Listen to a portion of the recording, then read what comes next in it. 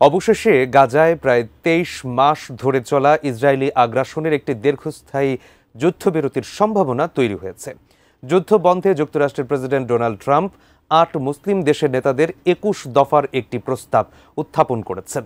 ধারণা করা হচ্ছে এই প্রস্তাব কার্যকর হলে গাজার অন্তর্বর্তী প্রশাসনের প্রধান হতে পারে ইরাকের কসাই খ্যাত সাবেক ব্রিটিশ প্রধানমন্ত্রী টনি ব্লেয়ার। বিস্তারিত শিহাব ইসলামের ডেস্ক রিপোর্টে। ইরাকের কসাই খ্যাত সাবেক ব্রিটিশ প্রধানমন্ত্রী টনি ব্লেয়ারকে গাজার অন্তর্বর্তী প্রশাসনের প্রধান করা হতে পারে, এমন খবর রটেছে আন্তর্জাতিক কূটনৈতিক অঙ্গনে। ২০০৩ সালের ইরাক যুদ্ধের অন্যতম এই কারিগরকে নিয়ে এমন সম্ভাবনায় উঠেছে নানা প্রশ্ন।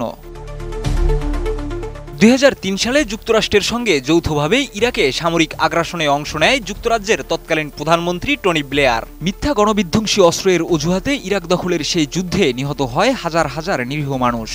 এরপর থেকেই আন্তর্জাতিক পরিসরে ইরাকের কসাই হিসেবে সমালোচিত হয়ে আসছেন তিনি। সেই টনি ব্লেয়ারকে এবার গাজার অন্তর্বর্তী সরকারের প্রধান করার প্রস্তাব এসেছে, এমন খবর প্রকাশ করেছে বেশ কয়েকটি প্রভাবশালী ব্রিটিশ সংবাদ মাধ্যম, যার মধ্যে ফিনান্সিয়াল টাইমসও রয়েছে। নতুন বাংলাদেশ গড়তে এলো জুলফিকার স্টিল। জুলফিকার স্টিল, ইস্পাত দৃঢ় অঙ্গীকার। প্রতিবেদন অনুযায়ী গাজায় হামাসের পরিবর্তে টেকনোক্র্যাটদের নিয়ে এই অন্তর্বর্তী প্রশাসন গঠনের পরিকল্পনা করছে যুক্তরাষ্ট্র, আরব লীগ এবং ইউরোপের কয়েকটি দেশ। এই উদ্যোগে অন্তর্বর্তী প্রশাসনের নেতৃত্ব দেওয়ার জন্য আলোচনায় এসেছে টনি ব্লেয়ারের নাম।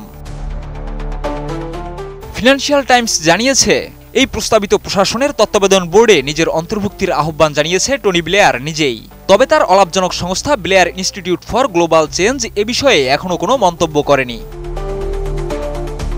ফিলিস্তিনের ভবিষ্যৎ অন্তর্বর্তী প্রশাসনের মেয়াদ হবে ৫ বছর। এরপর এটি দায়িত্ব হস্তান্তর করবে ফিলিস্তিন কর্তৃপক্ষ পিএর হাতে। প্রাথমিকভাবে প্রশাসনের কার্যক্রম চলবে মিশরের গাজা সীমান্তবর্তী অঞ্চলে। পরে পরিস্থিতি স্বাভাবিক হলে গাজা শহরে কার্যক্রম শুরু করবে ২৫ জনের বেশি সদস্য বিশিষ্ট মন্ত্রিসভা এবং ৭ সদস্যের বোর্ড। ফিনান্সিয়াল টাইমসে আরও বলা হয়েছে, গাজা থেকে মানুষের উচ্ছেদ মেনে নেবে না ব্লেয়ার।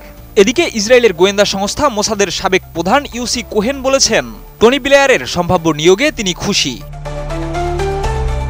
তবে যিনি ইরাক যুদ্ধের রূপকার হিসেবে পরিচিত, সেই টনি ব্লেয়ার গাজার মতো স্পর্শকাতর ভূখণ্ডে কতটা গ্রহণযোগ্য হবে তা নিয়ে প্রশ্ন তুলছেন অনেকেই। তবে পশ্চিমা দেশগুলোর রাজনৈতিক ও কূটনৈতিক সমর্থন থাকলে ব্লেয়ারের নেতৃত্বে গঠিত হতে পারে এক নতুন অন্তর্বর্তী প্রশাসন। শিহাব ইসলাম, ATN নিউজ।